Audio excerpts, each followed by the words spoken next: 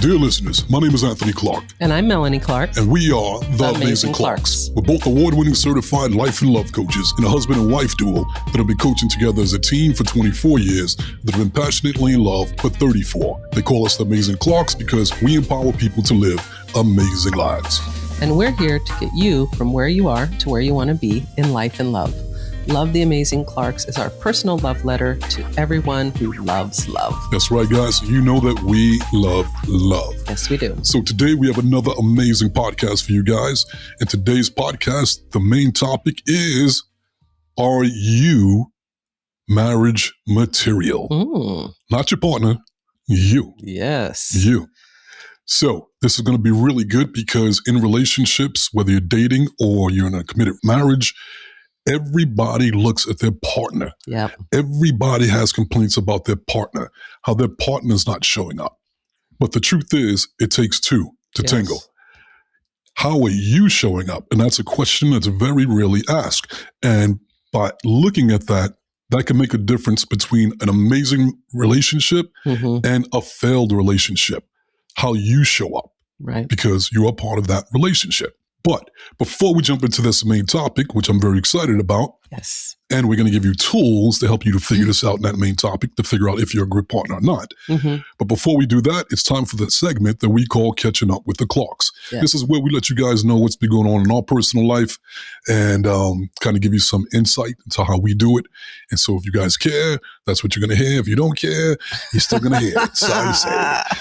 It is what it is. Right. Okay. So I started off last time, babe. So what about you? What do you want to share with the people? Anything interested in Melanie Clark's universe? Yes. I want to share that, we have been together for a really long time, 34 years, I believe that it is. I kind of lose track sometimes. You're better at tracking that than I am. And one of the things that I'm experiencing right now that I'm so grateful for is I love, love, love being a grandparent with you.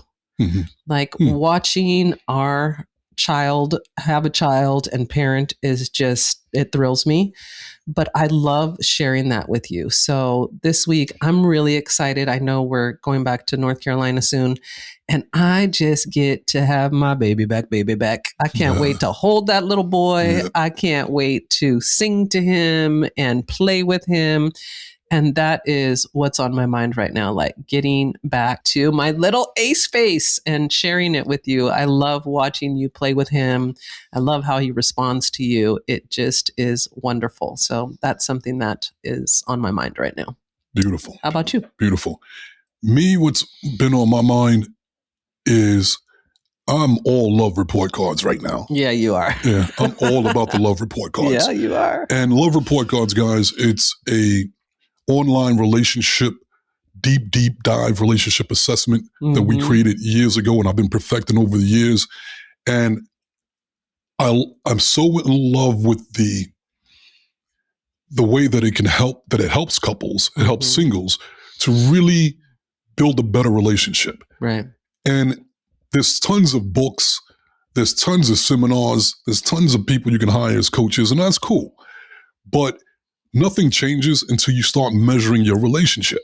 Nothing changes. Everything has to start with that. You start with where you're at. So love report cards is the first tool of its kind that gives couples a way to truly measure, engage their relationship, and figure out what they need to improve it, what they need to work on, and to consistently monitor it, their progress, monitor it. And that's one of the things that over the years I've learned through coaching that people are missing. They don't have a way to consistently work on their relationship and monitor their progress. Right. And measure it. And so I'm dedicated to getting this out to the world and helping to change lives and relationships. And that's what I've been focused on. It's been years in the works, and now we're finally doing it. I'm very excited. And so I love to see you excited. You have been working on this for a really long time. So I'm sure your soul is like, yay, I get to put it out there finally. Yeah. So good for you. Yeah. So I highly recommend you guys go check it out. Go to lovereportcards.com. Yep. And it doesn't matter if your relationship is in a good situation. If it's good, it's even better to use love report cards so you can see what's working so you can continue to do it. You can enhance it. Right.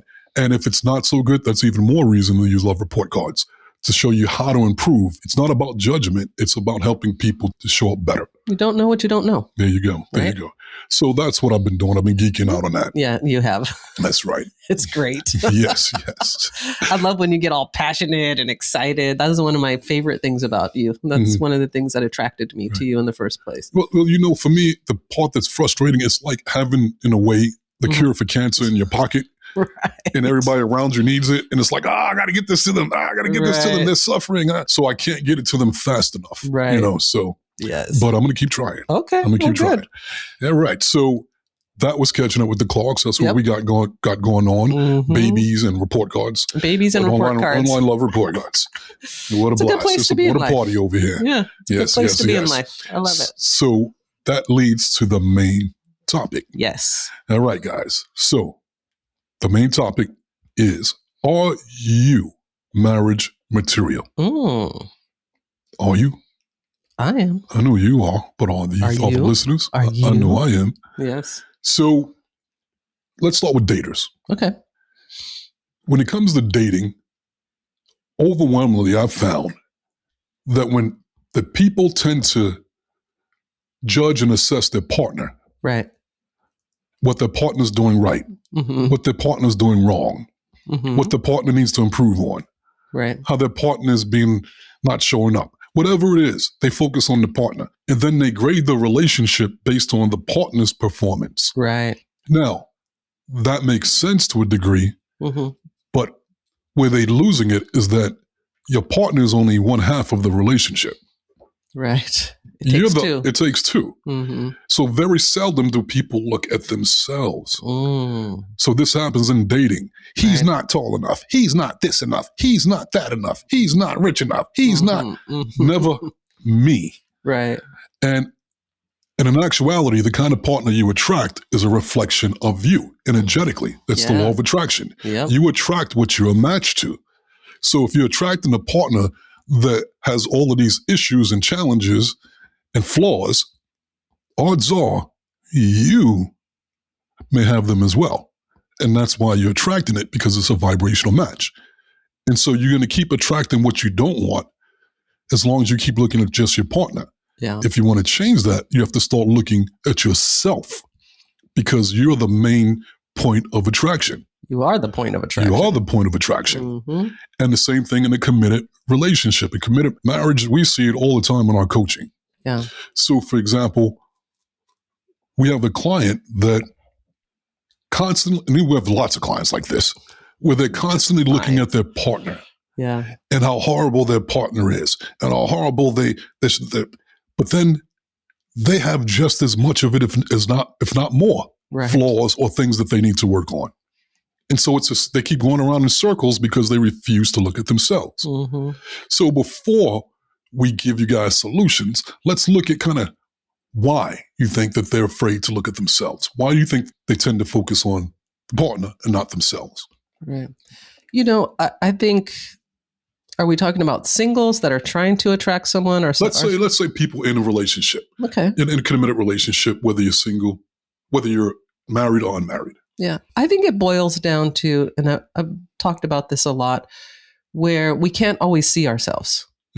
So when you're looking at somebody else, you could see them, right? You could see their facial expressions. You can see how they move. You can feel their energy. And a lot of times people are so focused externally that they don't even notice themselves. I've experienced that. I learned over the years that sometimes my tone can be harsh, or I could say things with a big energy. If I get frustrated, it comes out harsh. I didn't know that about myself for a long time until people I'm in relationship with, the kids, were like, "Ooh, you're being kind of spicy there, mama," right? So then I realized, like, oh, my relationships are showing me where I'm being spicy, and I need to observe that in myself. And I don't think a lot of times people want to believe their partners. They get offended. It's a big thing. People get so offended if someone says, "Hey, you were being kind of spicy," or "Hey, I need you to pay more attention to me or spend more time with me," or I've been really considerate of you and I don't feel like you're being considerate of me. Instead of being able to take that in, people get offended and saying, you're bad, you're not good enough. And so that triggers their own stuff. Maybe they already feel like they're not good enough. And so they want to fight and they want to push against that. And to me, what I've seen is it actually behooves you to look at yourself and make adjustments in yourself, because when you move, they move just like that. When you're in a relationship, if you make a move, and changing yourself, most of the time your partner has to adjust because our energy is interacting with each other. And so when one changes, the other one can come along with them or not. Look at that. Melanie Clark quoting Ludacris. Luda. I love some Luda. Yeah, when you move, I move just like that. Yeah, exactly. These conversations I love about it is that this is grown folks conversation right here. And so if you guys are looking for superficial stuff, this isn't where you're going to find it. We want to go deep for the people that want some real grown-ass folks information and perspectives. So I'm enjoying this conversation. Can I share one more thing? Sure. So we're talking about are you marriage material for people who are in a relationship? I just want to address people who are single and trying to attract someone, because I coach a lot of women that are in that situation. And what I notice is they are not looking at themselves at all. Not at all. Everything is about, I'm looking for something out there, but they don't possess it themselves. Like, he doesn't have it. He's not it. That's not it. But they're not realizing how they're showing up and how shut down they are. So if you are not finding what you want when you're trying to attract someone, it really, once again, behooves you to look at yourself and change your energy, because your energy is attracting, if that makes sense. So I just wanted to make sure our single ladies and single men out there realize that they can take a report card about themselves and see where they need to improve so that they could attract more of what they want. Yes. The thing about when it comes to committed romantic relationships, the reason why it's so important, people, to look at yourself, if you have any hopes of your building a successful marriage, being marriage material and building and attracting a great marriage, you have to first and foremost look at yourself, not your partner. And here's why. Before you meet your partner, it's like you're walking around with this void inside of you, this emptiness, and it's sad. And it doesn't feel good. It's uncomfortable. Then you meet that person, and when you're around them, it gives you the illusion that that person is filling that void inside of you. And glimmerance and falling in love, it makes it feel like, oh, that void is full. I'm full again. I'm whole finally. And it feels amazing. Yeah. But here's the catch with that. Eventually, your partner's going to act in a way that you don't like, or pull their attention away from you. And once they do that, that void is going to come back. And then it's going to feel like something's wrong again. Things are bad. This isn't good. And so then you start getting on your partner to act a certain way in order to make you feel like your void is being filled. You stop being selfish and doing things the way you want to do it for yourself, and start doing the things I need you to do to fill my void. Right. Not for you to fill your void, for you to fill my void. And that's impossible for that partner to do. And it's wrong to put them in that position. And it works both ways. It's wrong of your partner to do that to you, because you can never fill that void truly. Right. It's up to you individually to learn how to fill your own void. Yep. And that's what makes a great marriage work. Melanie loves me to death. I love Melanie to death. I do not fill her void. She does not fill my void. And it's wrong to try to get her to do that, because she can't do it. And I'm going to always be disappointed. It's wrong for her to try to get me to do that, because I can't do it, and she's going to always be disappointed. It's her job, first and foremost, in a marriage to fill her own void and to show up the best that she can, to take responsibility for her own happiness and alignment. And then it's up to me to do that as well. So when you get two people showing up that are self-fulfilled, then it's much easier to build a great relationship on that strong foundation. So stop looking at them and start looking at yourself. Very, very important. Now, what I want to do real quick, I want to jump to a quick exercise. Okay. And I'm going to show you how deceiving it is when you don't look at yourself, how you kind of lie to yourself. So when Melanie and I, we were previously married. We got married pretty young. Mm-hmm. And in that marriage, we were really focused on our partner and what our partner wasn't doing. And our partners weren't showing up in a lot of ways. Right. But very rarely did we stop and look at how we were showing up. We didn't want to look at ourselves because, once again, I think that's just human nature. Yep. And another reason people don't want to look at themselves is that the ego wants to be perceived a certain way. Your ego wants to be perceived as got it all together. Yep. You're great. I'm wonderful. And this and that. So when people don't perceive the ego, you, the way in your ego, the way that you want to be perceived, the ego wants to be perceived, then that person becomes a threat to you. That person, it sends you into survival mode. And that person becomes an adversary. They become a danger to you. And so that's why people naturally don't look at themselves. But you have to push past that. Real quick, babe. Yes. So I'm going to go through your marriage, and I'm going to go through the 10 dimensions on a report card. Okay. And you're going to grade yourself. Oh, okay. On how you were showing up. Okay. And you probably didn't do it at the time because you didn't have the report cards. Or you didn't know that there were 10 vital areas to a relationship. You are about to reveal me on the podcast. So let's see. Here we go. Okay, this is when I was 25 years old, right? Yeah. Okay. So. All right. 25-year-old Melanie. What was she doing? When it came to trust, how trustworthy were you? D. I was not trustworthy. Word. I'm just teasing. I was fast. I was flirting a lot. I was out in them streets. I needed a lot of attention. So I don't think I was trustworthy. Okay. Honesty. How honest were you? Ooh, I was an F in honesty. Ooh. I was really afraid to be honest. I had a whole issue with honesty. So I would hide things. I would shop and hide my packages when I shopped. I would tell little white lies to avoid getting in trouble because I felt like my ex-husband was always mad at me. So I was always trying to find ways to prevent getting in trouble. I felt like a kid in that relationship. So I lied like a kid. Not proud to say, but I'm going to be honest. You got to look at it. This is the whole point, people, that even though it may be uncomfortable, the truth is the truth. And if you're not looking at the truth, then you're lying. Then you're living a lie. All right, keep going. Okay, keep going. Keep revealing me, Anthony. Consideration. How considerate was you? Actually, I got an A for consideration. Okay, look at you. Communication. Communication was a D, probably a D. I withheld a lot. I did a lot of omitting and not speaking up when something bothered me, waiting till it got to a point that I blew up. So I got a D. Attitude. How was your attitude? What grade would you give yourself? I would say I had a good attitude most of the time, so a B. Attentiveness. How attentive were you to your partner's needs? I would give myself a B. Very attentive. I've always been a good caregiver of others. Okay, supportiveness. How supportive were you of your partner? Oh, that was an A. Attitude, supportive appearance.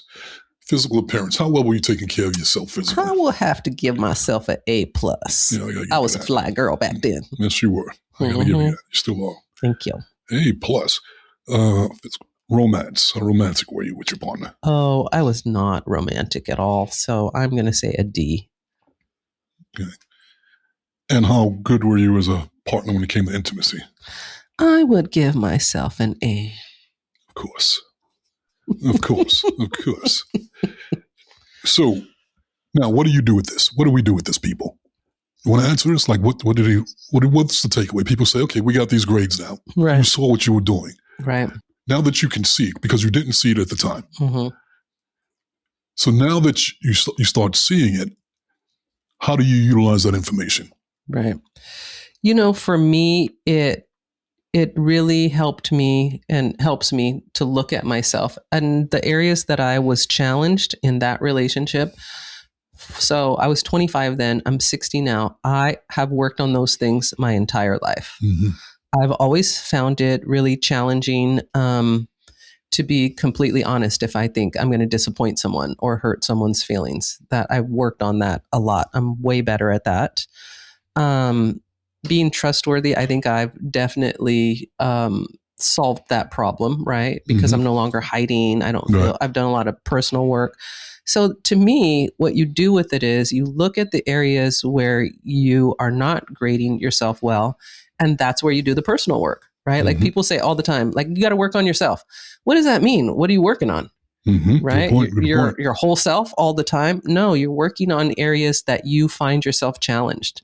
And we all have what I call the dark of night, right? Like, you lay in bed at night and you think about your day, or you think about a conversation or a relationship, and you look at yourself in it, and you know where you're doing wrong, right? You know, like, I shouldn't have said that, or I shouldn't have done that, or I could be better at that. I think this assessing yourself helps you to see that clearly and bring it top of mind and really shift your energy around it. Yeah. And that's what I saw happen in myself. I kept attracting situations, even when we were dating, right? I would attract situations where you would be like, are you being honest with me? I don't believe you. Like, you would say that to me all the time. Like, you're not telling me something. Something's not right. You're holding something back. You can be real with me. Like, we had so many of those conversations because that was my challenge. Right. And I needed to solve that. And I don't think we would be together if I hadn't worked on that. Right. And I knew that there was something that you were working on, and I knew that, the challenges around it. So what I did was, when I would say that, it was like, okay, I could feel like you're holding back. You're not telling me everything, and that's okay. Yeah. Eventually you'll tell me. Yeah. And when you do, I'm not going to hold it against you. Yeah. And it took you a while to kind of trust that. Yeah. And then eventually you tell me, and I didn't throw it in your face, like, okay. Yeah. And then after you saw it was a safe place to be honest, then you dramatically healed that in that area. But it was on me to heal it. If I didn't, it would have definitely affected our relationship. Right. So this is, once again, some grown folks shit right here. To be able to look, and not something nebulous, like, oh, a feeling. How good of a partner are you? Yeah. Well, I feel like I'm a great partner. No, it's not about feelings, people. It's about facts. Yeah. Facts. That's what's going to move things forward. Yep. So don't be afraid to look at the facts. Are you being marriage material? Are you showing up the best that you can? Do you want to show up better? Right. You can't answer that until you look at the truth. So, my turn. Okay. Give it to me, baby. All right. So, are we talking about 25-year-old Anthony? We're talking about the beginning of my relationship. Yeah, we're talking about like yourself. This 19, 20 years old when I first got into my marriage. Okay, so yourself. Okay, so myself. How would you grade yourself on trust, Anthony? When it comes to trust, I was very untrustworthy. I would say I would give myself a C, maybe even a D. Okay. Right, because I was dating early on, I was flirting. You was fooling around. I was messing around a little here and there. Early on, we weren't married yet, especially. And it was like, you're a hot athlete, and the girls were throwing themselves at you, and you were like, okay. Yeah. Don't ask, don't tell. Yep. Yeah. So. All right. Keeping it real. I like it. Honesty. I'd say I'd give myself still a D. Okay. Why'd you get an honesty? Why did you get a D in honesty? Because if I was creeping, then how can I be honest? That's true. I was honest about how I felt about things. Right. But true honesty, no, that wasn't true honesty. Okay. Well, I'm happy that you're being honest now. Right. Consideration. Once again, how considerate can I really be if I'm not being honest and I trust or anything? But I was considerate and like, what do you need? How can I, do you, looking out for her needs in other ways. So I would give myself probably a C. Okay. I have to say this, Anthony, your level of consideration has just over the years grown immensely. I didn't think you were that considerate when we first started dating either. True. I wasn't. Yeah, you were not. That was not one of your strong suits. No, I was. You're amazing at consideration now. And I was still recovering from a failed marriage and the trauma of it all. So I was very inconsiderate. Yeah. Because I was in survival mode. So it was like, put me first. Yeah. Me. Yeah. And then, other people. Communication, I'd give myself an A. I was a very good communicator. Okay. She wasn't trying to hear me though. You was talking, but she wasn't listening. No, she wasn't trying to hear me though. She wasn't trying to hear you. No. Attitude. Attitude, had a great attitude. It was like, let's go, let's make this work, let's roll up our sleeves, let's make this work. She wasn't hearing it though. You are very positive. Yeah, she was when not. It comes to relationships. She was the opposite. She was not trying to hear it. Okay, so let's see. That was attitude. You gave yourself an A, you said? Attitude and A, yeah. Okay, and after attitude is attentiveness. I was very attentive to her. Oh. I give myself an A. Wow, look at you. You've always had that going on. What about because supportiveness? I love love. You do love love. Supportive, very supportive, incredibly supportive. Mm-hmm. So I give myself an A. Okay.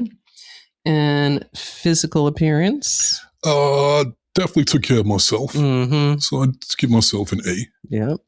Romance? A+. You are the most romantic. A+.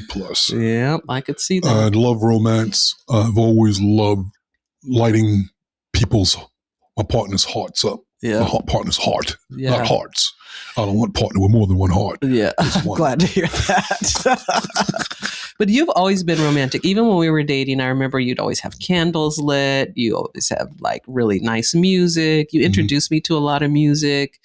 You would take me on really cool dates. Like you put a lot of thought and effort into it. Like it was a whole production. Yeah. You always have been that way. It's That's great. It's Capricorn to me. I love it.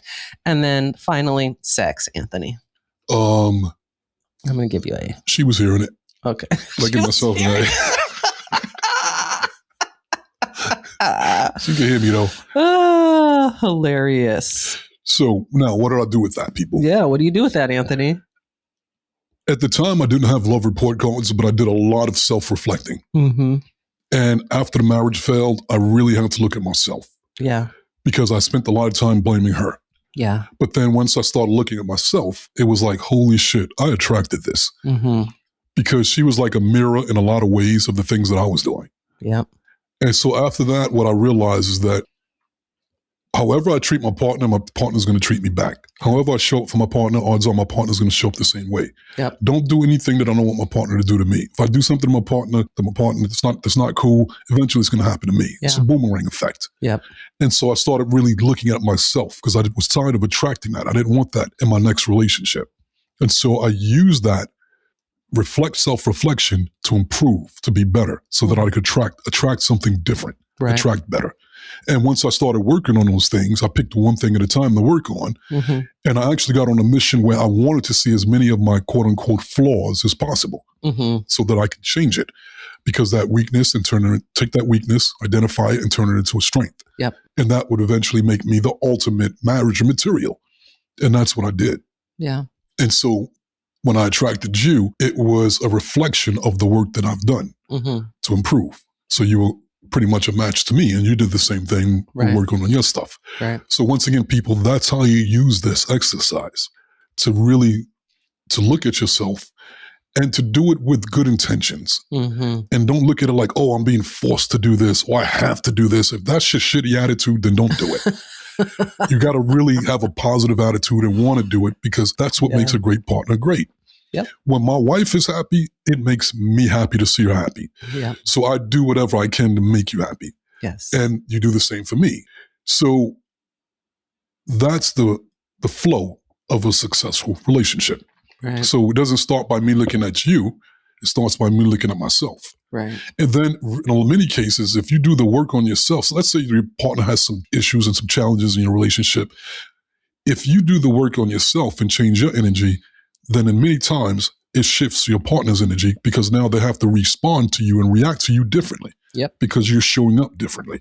Yeah. So start at home. Start at home. Start with yourself. The call's coming from inside the house. And you are the house. Right, you're the house. You know what's interesting about this is I'm looking at how we graded ourselves back then. And you and I had very low grades in the first two categories, the trust and honesty. Mm-hmm.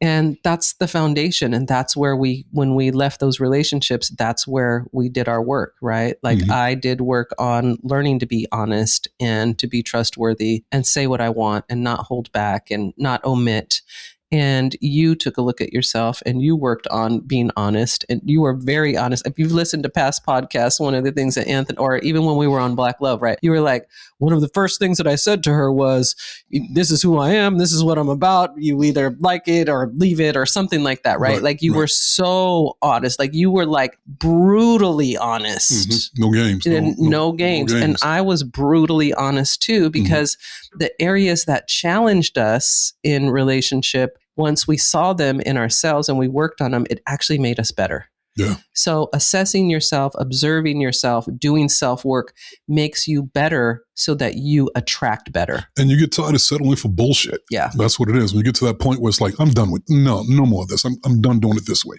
You know, and you're ready for change. I want to share that I see this in clients that are single wanting to attract partners. So maybe I have a client that just refuses to be vulnerable, won't talk about anything of depth at all. Right. Tries to keep it very superficial, very safe.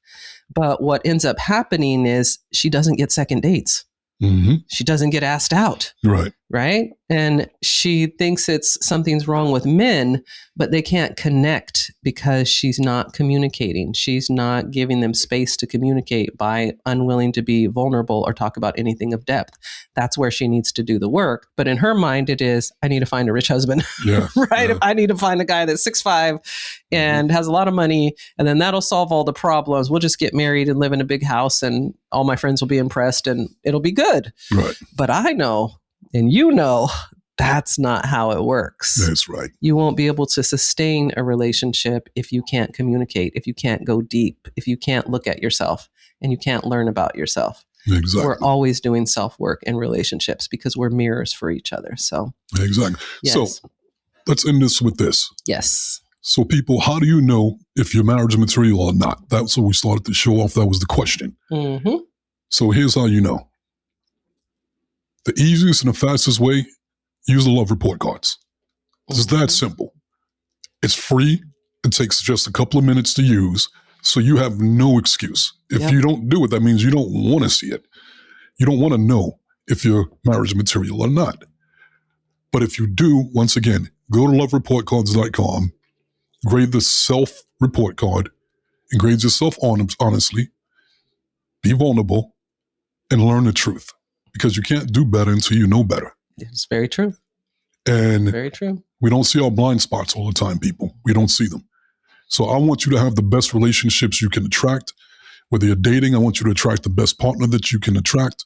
If you're in a marriage, I want that marriage to be as healthy and long-lasting as possible.